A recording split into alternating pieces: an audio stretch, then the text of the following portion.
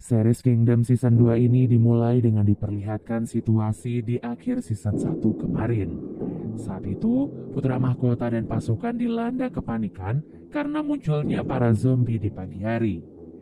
Mereka yang tidak menduga hal itu dengan cepat memikirkan cara agar bisa menyelamatkan diri dari segerombolan zombie. Kendati demikian, putra mahkota tak ingin mundur, jadi ia pun menghimbau semua orang untuk bersiap dengan senjata mereka masing-masing.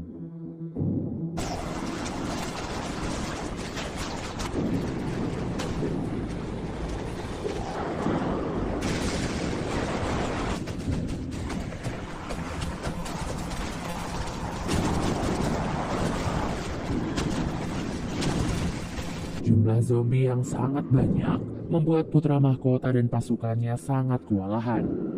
Meskipun mereka sudah menyiapkan beberapa jebakan dan senjata, namun semua itu nyatanya tidak cukup untuk menahan zombie yang sangat banyak. Alhasil, putra mahkota pun terpaksa kabur bersama beberapa pasukan yang masih selamat, sementara Yongshin dan yang lainnya menyelamatkan diri melalui jalur danau. Putra mahkota dan yang lainnya pun segera berlari ke arah benteng Sangju, tetapi benteng Sangju juga ternyata telah dikepung oleh para zombie. Karena hal itu, Tuan An pun mengajak mereka semua untuk kabur ke arah utara sungai menuju ke arah kanal yang dibuat semasa perang, diikuti oleh Yongshin dan juga pasukan yang lain. Sesampai di sana, kanal yang akan mereka lewati ternyata terkunci. Alhasil, dengan kondisi terdesak, putra mahkota dan pasukannya pun segera menyiapkan senjata untuk menahan para zombie, selagi yang lainnya berusaha menghancurkan gembok. Dalam beberapa saat, mereka semua bekerja sama membuat benteng pertahanan, sembari membunuh para zombie yang mencoba melewati benteng. Beruntung setelah bersusah payah menahan zombie, gembok kanal itu pun akhirnya terbuka. Sayangnya, meski kanal itu terbuka, nyatanya mereka masih kesulitan untuk menutup kanal tersebut. Sehingga, salah satu anak buah Tuan An pun terpaksa mengorbankan tubuhnya untuk menjadi tameng agar para zombie tidak bisa mengejar mereka. Dengan pengorbanannya itu, putra mahkota dan pasukannya pun akhirnya berhasil lolos dan masuk ke dalam benteng Sangju. Di sisi lain, Sobi dan Hakim Pal yang berada di lembah beku juga dikepung oleh para zombie. Beruntung zombie-zombie itu tak bisa melewati air, jadi mereka berdua pun bisa kabur melewati tebing. Sen lalu beralih memperlihatkan sang ratu yang sedang menemui seorang dukun untuk mengetahui kabar kelahiran bayi laki-laki. Seperti yang kita ketahui, di season sebelumnya, selama ini sang ratu ternyata merekayasa kehamilannya. Oleh sebab itulah, ia pun mengumpulkan semua wanita hamil dengan dalih ingin memberikan santunan kepada mereka. Padahal, semua wanita hamil itu dikumpulkan agar sang ratu bisa mengambil bayi laki-laki yang lahir dari mereka. Sementara wanita yang melahirkan bayi perempuan tak segan-segan akan langsung dibunuh beserta bayinya. Lambat laun, kejahatan itu pun tercium oleh ketua divisi komandan kerajaan. Ia pun langsung melaporkan hal itu pada menteri kerajaan dengan menunjukkan bukti jasad wanita dan bayi perempuan yang ditemukan di sekitar kediaman pribadi sang ratu. Karena hal itu, ia pun meminta izin untuk bisa menyelidiki kasus itu lebih lanjut. Di sisi lain, Hakim Pal dan Sobi akhirnya sampai di daerah Mungjok Seje. Hakim Pal sengaja mengajak Sobi ke sana karena di sana Tuan Cho yang merupakan pamannya sedang berkunjung ke daerah tersebut. Mengetahui kalau wanita yang ia bawa adalah murid tabib Li, Tuan Cho langsung menerima mereka dengan senang hati. Beralih ke kota Sangju, keributan kembali terjadi karena gudang penyimpanan makanan tiba-tiba terbakar, di mana semua persediaan makanan yang mereka miliki tentu saja langsung habis, tak tersisa sedikit pun. Karena hal itu, putra mahkota pun mengumpulkan beberapa orang untuk mengadakan rapat darurat membahas masalah tersebut. Dari rapat itu, mereka sepakat akan pergi ke Mungjong Seje untuk mencari bahan makanan sekaligus membunuh Tuan Zhou. Karena Li Chang sendiri merasa kalau semua masalah ini berawal dari Tuan Zhou. Keesokan harinya, beberapa warga diminta mengalihkan perhatian zombie agar putra mahkota dan pasukannya bisa keluar dengan aman. Setelah melewati perjalanan yang cukup panjang, putra mahkota dan pasukannya pun akhirnya tiba di Mungjong Seje. Perlahan-lahan mereka pun masuk ke dalam benteng dan mulai berpencar. Saat Yongxin sedang memeriksa keadaan, ia merasa ada sesuatu yang aneh di mana benteng itu tampak terlalu sepi. Karena takut semua ini hanyalah jebakan, Yongxin dan Tuan An pun segera pergi mencari putra mahkota. Sayangnya, putra mahkota ternyata telah masuk ke dalam jebakan yang dibuat oleh Tuan Zhou. Tuan Zhou sengaja membiarkan putra mahkota masuk ke dalam ruangannya karena di sana ia sudah melepaskan zombie Paduka Raja. Jadi putra mahkota tak akan bisa kabur kecuali dengan cara membunuh Paduka Raja. Sementara di luar, Yongxin, Tuan An, dan pasukan yang lain juga langsung dikepung oleh semua pasukan Tuan Zhou. Menyadari putra mahkota sedang dalam bahaya, Tuan An pun nekat berjalan menuju ruangan itu untuk menyelamatkannya. Hal itu tentu saja membuat Tuan Zhou marah dan langsung memerintahkan semua pasukan untuk menembak Tuan An. Dengan begitu banyak luka di tubuhnya, Tuan An ternyata tidak menyerah. Ia pun membuka ruangan itu dan memperlihatkan detik-detik putra mahkota memenggal kepala sang raja. Li Chang yang merasa sangat terpukul lalu dihampiri oleh Tuan An. Di detik-detik kematiannya, Tuan An membisikkan sesuatu kepada Li Chang sebelum akhirnya tewas di pangkuannya. Kematian sang raja yang sangat dramatis langsung dimanfaatkan oleh Tuan Zhou untuk menunjukkan pada semuanya kalau Li Chang adalah seorang pengkhianat yang telah membunuh Paduka Raja. Ia pun langsung mengumumkan kematian sang raja di hadapan semua orang dan meminta pasukan untuk menangkap Li Chang beserta semua pengikutnya. Kabar kematian sang Paduka Raja pun langsung diumumkan ke seluruh negeri. Semua pejabat tinggi kerajaan menerima surat dari Tuan Zhou yang mengaku menjadi saksi atas pembunuhan yang dilakukan oleh putra mahkota. Keesokan harinya, Sobi yang juga berada di Mungjong Seje mendapatkan izin untuk mengobati putra mahkota sebelum dibawa ke Hanyang. Kesempatan itu pun dimanfaatkan oleh Li Chang untuk menyampaikan pesan terakhir dari Tuan An, di mana Tuan An ternyata meminta putra mahkota untuk mengubahnya menjadi zombie agar ia bisa membuktikan kejahatan yang dilakukan oleh Tuan Zhou pada Paduka Raja. Beberapa saat kemudian, saat Tuan Zhou dan rombongan bersiap pergi ke Hanyang, Yongxin dan yang lainnya mencoba menyelamatkan diri dengan memberontak. Yongxin pun mengambil senjata dan berniat membunuh Tuan Zhou. Namun sayang, pelurunya ternyata meleset dan malah mengenai anak buah Tuan Zhou. Karena hal itu, Yongxin dan yang lainnya pun gagal dan membuat Tuan Zhou marah besar. Namun saat Tuan Zhou berniat mengeksekusi mereka semua, perhatian mereka pun teralihkan pada zombie Tuan An yang tiba-tiba bangkit. Meski sudah dihalangi dengan beberapa serangan, zombie Tuan An tetap berlari dan langsung menggigit pipi Tuan Zhou yang saat itu sedang berlumuran darah. Scene lalu beralih memperlihatkan kejadian 3 tahun silam. Tuan Zhou dan Tuan An terlihat sedang berdiskusi perihal situasi mereka yang terdesak akibat peperangan melawan Jepang. Untuk mengatasi situasi itu, Tuan Zhou pun menawarkan agar mereka memanfaatkan tanaman pembangkit dan menciptakan zombie untuk melawan Jepang. Oleh sebab itulah mereka terpaksa membunuh beberapa pasukan agar nantinya bisa dibangkitkan menjadi zombie. Tuan An yang tidak memiliki cara lain akhirnya setuju dengan tawaran Tuan Zhou. Dan ya, dengan cara licik itu, Tuan Zhou dan Tuan An pun berhasil memenangkan peperangan melawan Jepang. Namun, zombie pada masa itu ternyata sedikit berbeda dengan zombie yang sekarang, di mana zombie di masa itu tak akan bisa menginfeksi siapapun yang mereka gigit. Jadi Tuan Cho, Tuan An dan pasukannya bisa dengan cepat membunuh mereka setelah perang usai.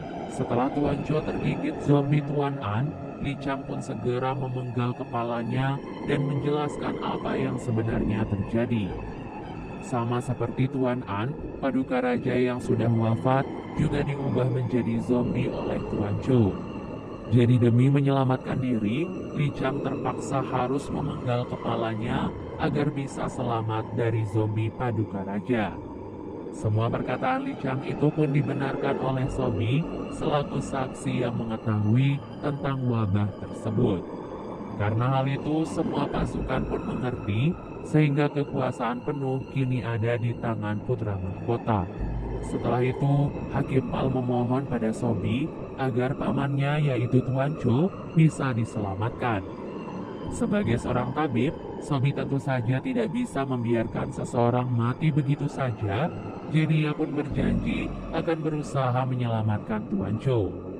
Sobi menjelaskan kasus Tuan Cho sama seperti Dan I, di mana setelah ia digigit oleh Baginda Raja, ia tidak berubah menjadi zombie, melainkan perlahan-lahan sakit dan akhirnya mati. Oleh sebab itulah Sobi pun bergegas pergi mencari tanaman obat yang mungkin bisa menyembuhkan Tuan Cho. Namun, Hakim Pal tiba-tiba menghentikan Sobi dan menunjukkan sebuah obat yang selalu dikirim untuk Baginda Ratu. Jadi dalam beberapa bulan terakhir, Hakim Pal selalu rutin mengirimkan obat itu pada Baginda Ratu. Jadi ia pun menunjukkannya pada Sobi, berharap obat itu bisa menyelamatkan Tuan Cho. Anehnya, obat yang Hakim Pal tunjukkan ternyata adalah obat yang diperuntukkan untuk wanita yang baru mengalami keguguran. Hal itu pun membuat Sobi dan Hakim Pal heran, karena yang mereka tahu sang ratu saat ini tengah hamil besar, jadi untuk apa ia mengonsumsi obat semacam itu? Di tengah kebingungan, mereka tiba-tiba dijemput oleh Muyong yang mengajak mereka berdua beserta Tuan Cho untuk segera pergi. Muyong berbohong pada mereka dan mengatakan kalau putra mahkota menugaskannya untuk membawa mereka terlebih dahulu. Padahal semua itu ia lakukan hanya demi menyelamatkan Tuan Cho. Sejak awal, Muyong memang dipaksa untuk melaporkan semuanya pada Tuan Cho jika ia ingin istri dan anaknya baik-baik saja. Dan jika ia gagal melakukan tugasnya, maka nyawa istri dan anak mereka yang masih di dalam kandungan akan terancam. Jadi itulah alasan mengapa semua rencana putra mahkota selalu diketahui oleh Tuan Cho. Tindakan Muyong itu pun membuat Li Chang akhirnya sadar kalau orang yang mengkhianatinya selama ini ternyata adalah pengawal pribadinya sendiri. Ia pun langsung mengajak beberapa pasukan untuk mengejar Muyong dan yang lainnya. Di Hanyang, setelah kematian sang raja, kini semua Perdana Menteri sedang menunggu kelahiran putra mahkota yang baru. Dalam proses itu, Ketua Divisi Komandan Kerajaan semakin gencar melakukan penyelidikan untuk menguak kebenaran dari kasus kematian para wanita hamil. Ia pun berharap kasus itu bisa diselesaikan sebelum nantinya sang ratu melahirkan. Sementara itu, Muyong dan yang lainnya terpaksa harus berhenti di tengah jalan karena keadaan Tuan Cho yang semakin parah. Jika mereka memaksakan perjalanan itu, maka nyawa Tuan Cho mungkin tak akan bisa diselamatkan. Setelah mengistirahatkan Tuan Cho, Sobi pun menemui Muyong untuk menanyakan kapan putra mahkota akan menyusul mereka. Saat Sobi merasa ada sesuatu yang aneh dari Muyong, ia pun mencoba menyadarkannya untuk tidak mengkhianati putra mahkota. Karena saat ini Sobi harus segera bertemu dengan putra mahkota untuk menyampaikan perihal obat keguguran yang selalu dikonsumsi oleh sang ratu. Muyong yang mendengar hal itu pun tentu saja kaget karena ia takut hal itu ada hubungannya dengan wanita-wanita hamil yang dikumpulkan di kediaman sang ratu, termasuk istrinya sendiri. Namun saat Muyong menanyakan hal itu pada Tuan Cho, pasukan Tuan Cho tiba-tiba datang dan langsung menyerang Muyong. Dengan tubuh yang sudah dipenuhi panah, Muyong meminta Sobi untuk ikut dalam rombongan Tuan Cho dan menyelidiki tentang apa yang sebenarnya dilakukan oleh sang ratu.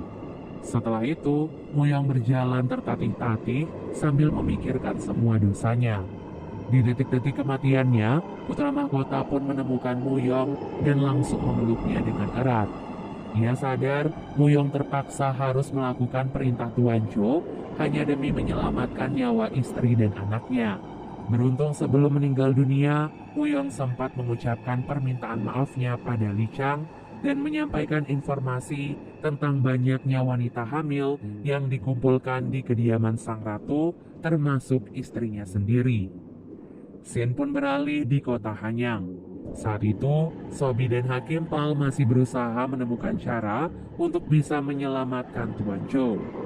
Sobi lantas teringat pada semua zombie yang terlihat sangat ketakutan pada air. Dengan landasan itu, ia pun mencoba memasukkan tubuh Tuan Cho ke dalam air. Begitu tubuhnya dimasukkan ke dalam air, Tuan Cho mengalami kejang-kejang dengan disertai keluarnya parasit-parasit kecil dari luka yang disebabkan oleh gigitan zombie. Dan tak disangka, hal itu ternyata berhasil menyelamatkan Tuan Cho dari virus zombie. Di waktu yang sama, istri Muyong pun akhirnya melahirkan. Hal itu dibarengi dengan dibunyikannya lonceng yang menjadi pertanda lahirnya sang putra mahkota yang baru. Di mana itu artinya, bayi yang dilahirkan istri Muyong ternyata adalah bayi laki-laki yang langsung diambil oleh sang ratu. Di saat itulah Li Chang dan pasukannya pun akhirnya sampai di kediaman sang ratu dan memergoki beberapa pengawal yang diminta untuk menguburkan mayat-mayat wanita hamil. Beruntung putra mahkota tiba di saat yang tepat, jadi ia pun berhasil menemukan istri Muyong yang baru saja kehilangan bayinya. Setelah kelahiran putra mahkota yang baru, dalam sebuah pertemuan, Ketua Divisi Komandan Kerajaan menyampaikan perihal kasus penemuan mayat-mayat wanita hamil dan mayat bayi perempuan di sekitar kediaman sang ratu. Saat ia menyampaikan kecurigaannya pada sang ratu, Tuan Cho pun masuk memotong pembicaraan. Tuan Cho langsung menyuruh pengawal untuk menangkap Ketua Divisi Komandan Kerajaan karena sudah lancang masuk ke dalam kediaman sang ratu dan menyebarkan berita palsu tentang identitas putra mahkota yang baru. Alhasil, semua anggota keluarga komandan kerajaan pun ditangkap dan langsung diseret untuk dieksekusi. Saat melihat hal itu, Sobi tiba-tiba melihat Yongxin, jadi ia pun mengendap-endap dan langsung mengejar Yongxin. Yongxin ternyata sengaja dikirim oleh Li Chang untuk menjemput Sobi guna menyelamatkan istri Muyong. Berkat bantuan Sobi, istri Muyong pun berhasil melewati masa kritisnya. Setelah itu, Sobi pun menunjukkan parasit yang keluar dari dalam tubuh Tuan Cho pada Li Chang, di mana wabah ini ternyata berasal dari parasit kecil tersebut. Setelah kembali ke Hanyang, Sobi pun meminta izin pada Tuan Cho agar diizinkan menjadi tabib pribadi sang ratu. Hal itu pun langsung disetujui oleh Tuan Cho karena Sobi sudah berjasa menyelamatkan nyawanya. Keesokan harinya, Sobi pun langsung dibawa ke kediaman sang ratu. Tuan Cho dan sang ratu sedikit berbincang sambil menikmati segelas teh hangat. Kemudian, Tuan Cho pun memperkenalkan Sobi pada sang ratu. Tuan Cho mengaku khawatir dengan keadaan anaknya, jadi ia pun merekrut tabib khusus untuk merawat sang ratu yang baru selesai melahirkan. Namun, saat Sobi diminta memeriksa denyut nadi sang ratu, ia pun terkejut dan langsung menyampaikan kalau anak itu bukanlah anak sang ratu. Tuan Cho yang mendengar hal itu pun langsung marah besar. Ia kecewa pada putrinya itu dan tidak sudi menerima anak yang bukan dari garis keturunan klan Hewoncho untuk menjadi raja berikutnya. Namun setelah Tuan Cho menyelesaikan perkataannya, ia pun mengalami muntah darah dan akhirnya tewas. Sang ratu yang licik ternyata sudah menduga hal itu, jadi ia sengaja menyiapkan teh berisi racun untuk ayahnya sendiri. Dengan kematian sang raja dan dewa negara, maka sudah dipastikan kalau kekuasaan kini sepenuhnya berada di tangan sang ratu dan putra mahkota yang baru. Setelah itu, sang ratu pun langsung mengangkat Hakim Pal menjadi ketua divisi komandan kerajaan yang baru untuk menjaga dirinya dan sang putra. Tak lupa, Sobi yang sudah mengetahui kebenarannya juga langsung dipenjara oleh sang ratu agar tidak bisa membocorkan kebenaran di balik identitas sang putra. Ia memang sengaja tidak dibunuh karena sang ratu ingin memanfaatkannya untuk mengetahui informasi tentang wabah zombie agar ia bisa mengikuti jejak sang ayah dan memanfaatkan wabah tersebut. Keesokan harinya, hari eksekusi untuk komandan kerajaan beserta keluarganya pun akhirnya tiba. Sang putra mahkota yang tidak ingin hal itu terjadi membuat sebuah rencana untuk menyusup ke dalam kota Hanyang. Setelah berhasil mengelabui beberapa prajurit kerajaan, putra mahkota dan pasukannya pun akhirnya berhasil masuk ke dalam kota Hanyang. Hakim Pal yang sekarang sudah diangkat menjadi komandan kerajaan yang baru diminta untuk memimpin proses eksekusi. Namun karena ia tidak tahan mendengar suara tangisan, ia pun mengaku tidak sanggup melakukannya. Beruntung, putra mahkota tiba di saat yang tepat, jadi proses eksekusi itu pun berhasil dihentikan. Selanjutnya, putra mahkota mengajak Hakim Pal dan komandan kerajaan untuk bergabung dengannya dan melakukan perlawanan pada sang ratu. Sang ratu yang menerima informasi tentang apa yang terjadi, nyatanya tidak merasa takut sama sekali. Ia bahkan mengaku akan pergi ke aula utama untuk menyambut kedatangan sang putra mahkota. Tak lama kemudian, putra mahkota dan semua pendukungnya pun akhirnya tiba di aula utama kerajaan. Di depan aula, ia disambut oleh semua perdana menteri yang langsung bersujud dan mengaku akan ikut bergabung dengan pihak putra mahkota. Sesampai di dalam aula, putra mahkota dan pendukungnya pun disambut langsung oleh sang ratu yang sedang menggendong putra mahkota yang baru. Lalu sang putra mahkota pun menyuruh sang ratu untuk turun dari singgasana. Namun sang ratu ternyata menolak karena ia merasa tahta itu sudah menjadi milik anaknya. Karena hal itu, salah satu menteri pun mengusulkan agar mereka mengambil stempel kerajaan untuk membuat pengesahan mengenai siapa yang benar-benar pantas menduduki tahta. Di waktu yang sama, seorang kepala Dayak Ratu berjalan menuju penjara dan membebaskan seorang zombie yang terkurung di sana. Rupanya, untuk mengatasi situasi terdesak, sang ratu sengaja menyiapkan zombie untuk mengacaukan keadaan. Zombie yang berada di penjara sebelah mendengar suara keributan, jadi ia pun berusaha membuka ikatannya agar bisa melihat apa yang sebenarnya terjadi. Setelah zombie berhasil keluar, ia pun melihat kekacauan karena istana kerajaan kini sudah dipenuhi oleh zombie. Mulai dari dayang-dayang, penjaga istana, bahkan sampai kedua menteri yang datang mengambil stempel, kini sudah berubah menjadi zombie. Suara teriakan orang-orang pun akhirnya terdengar sampai ke aula utama. Di tengah kebingungan semua orang, Sobi pun berlari ke arah aula dan berkata kalau wabah zombie kini sudah menyebar di dalam istana.